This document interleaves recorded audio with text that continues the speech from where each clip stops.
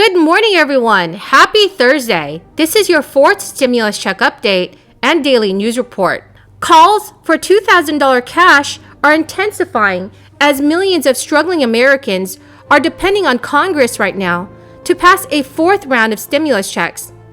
If you're interested in entering my $100 Walmart gift card giveaway that's scheduled for this Friday, please make sure to watch until the end of this video. As this crisis continues to spread across the United States, taxpayers across the nation are pushing for monthly relief payments. The Internal Revenue Service and Treasury Department sent out financial stimulus checks in 3 different rounds of direct payments since the start of this crisis.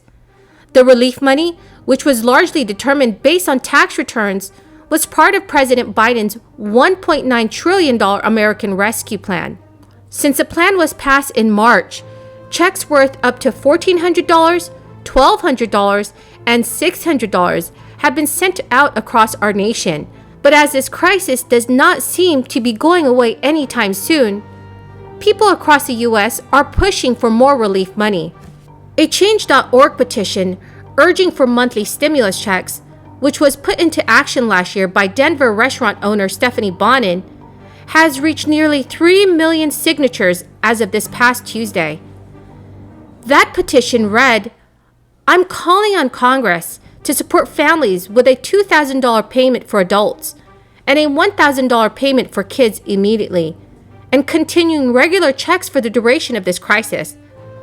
Otherwise, laid-off workers, furloughed workers, the self-employed, and workers dealing with reduced hours will struggle to pay their rent or put food on the table. Many people have already lost their jobs, and others are being forced to stay home." Meanwhile, 21 Democratic senators have called on President Biden to give recurring checks to Americans in need.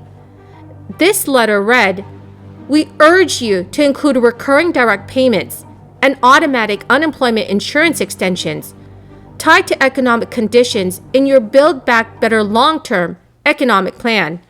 Thank you, everybody. And I'm glad to be joined by Senators Durbin, Murray, and Stabenow. We had a robust and wide-ranging and really constructive discussion in our caucus today about what lies ahead, and we all want to move forward to get big things done for the American people.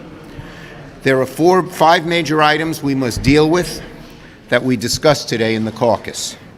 Voting rights and reconciliation, which we spent the most time on, those 2, particularly reconciliation. Appropriations. Oh. Excuse me. Sorry.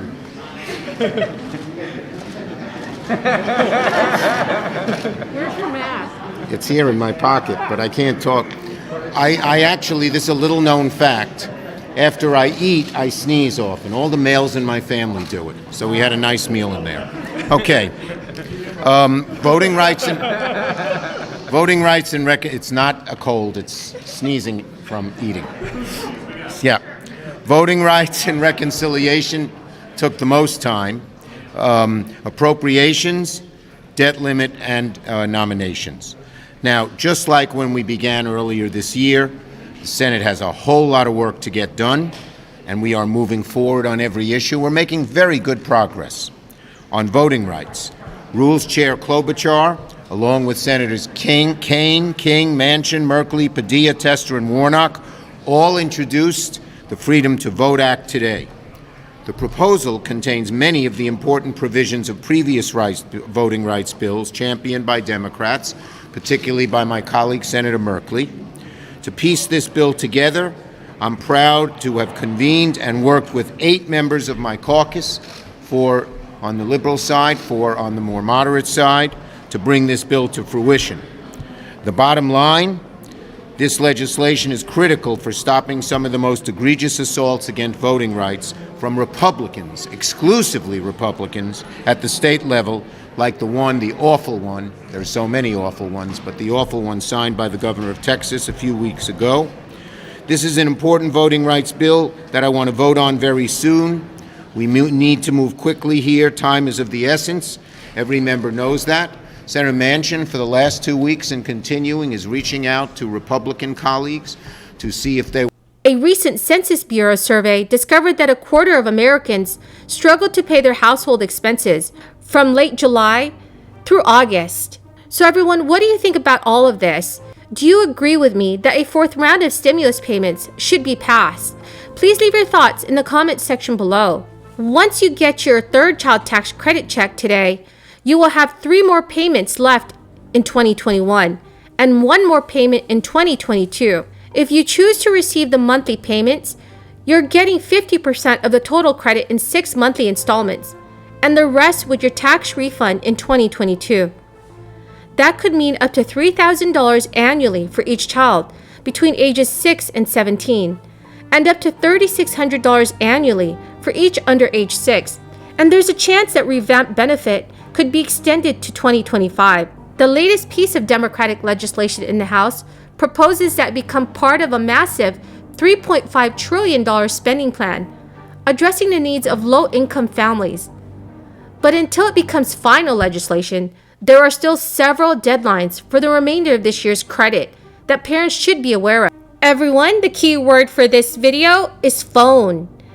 If you're interested in winning a $100 Walmart gift card, please make sure to comment below this keyword, subscribe to my channel, and also like this video to enter this Friday's $100 gift card giveaway. Thank you so much, everyone. For example, families that are now choosing to opt out of the advance payment program need to do so before October 4th, which means they'll be unenrolled by the October check.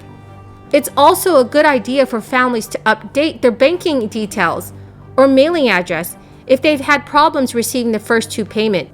The IRS Update portal allows parents to manage their monthly payments and household information. Given the popularity of these programs with millions of families, there is a great chance that the expanded credit could be extended at least a few years. House Democrats have recently come up with a proposal to keep the increased benefit going until the year 2025. It would also allow low-income families who don't usually file taxes to receive the benefits. If you are still expecting a payment, please check the government's Get My Payment tool. There are certain cases where citizens may need to take additional steps in tracing their stimulus payments.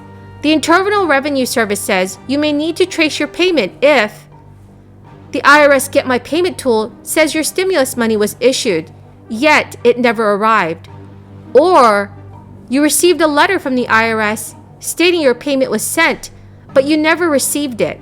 According to the government, you can request a payment trace by calling the Internal Revenue Service.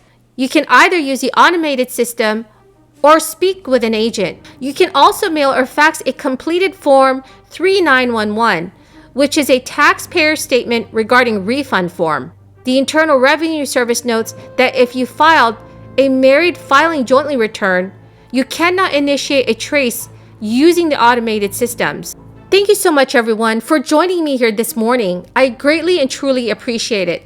Please make sure to enter the keyword for this video, subscribe to my channel, and like this video to enter tomorrow's Walmart gift card giveaway.